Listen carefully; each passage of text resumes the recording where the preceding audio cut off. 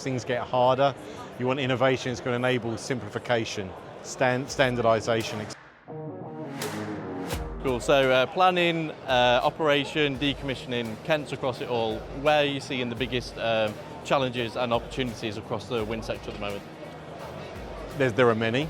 I think it's really interesting now how projects are having to ready themselves more around the decom side of things and building that in, and that of course attracts cost.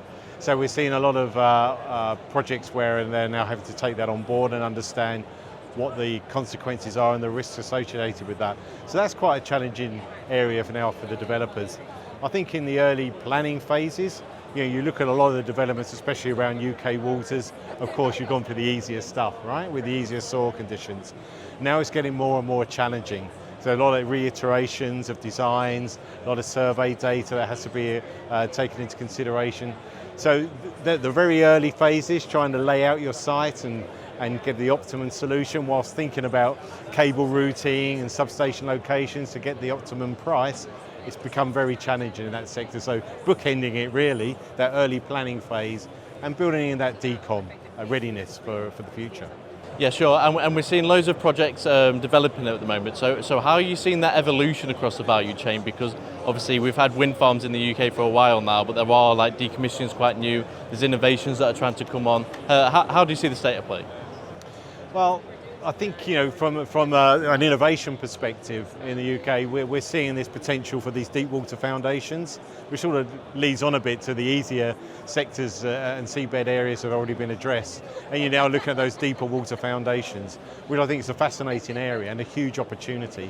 The downside, of course, it does push floating further to the right, but it does help us meet our 2030 target, or thereabouts, to get as much offshore wind installed and into the grid as quickly as possible. So I think that's a really exciting area at the moment and something that we're very curious about at the moment. Yeah, sure. Loads of opportunities there. So we've had AR7, we're going into AR8. How important is it that we keep up with the momentum? Not just in terms of the contracts, but the innovation and the evolution of the sector. It's always important that we keep embracing that innovation mindset as we go forward. As things get harder, you want innovation that's going to enable simplification, standardization, etc. And as we go into AR8, we got a record AR7. We all know that, 8.4 gigawatts. Do we need the same again? Well, maybe it'd be good to get some stabilization around 5 gigawatts a year and provide some vision or some roadmap to the industry to say, this is going to be 5 gigawatts for the next 3, 4, 5 years, and then that enables a lot easier investment into infrastructure, into the supply chain locally, and ultimately we want to try and create a legacy. We're doing all this good stuff and building out all this offshore wind, but what's in it for the UK long term? Yes, there'll be operations and maintenance, but how can we create a legacy where we're actually supporting the global market with manufacturing in the UK? That's the question, that's the opportunity. Yeah, sure, and I guess another opportunity as well is obviously in the UK, like offshore wind is seen as like a gold standard. We're rolling it out faster than anyone else. So do we get to the stage where like other European countries start to look at the UK, or do we still very much take learning from Europe as we build out even more?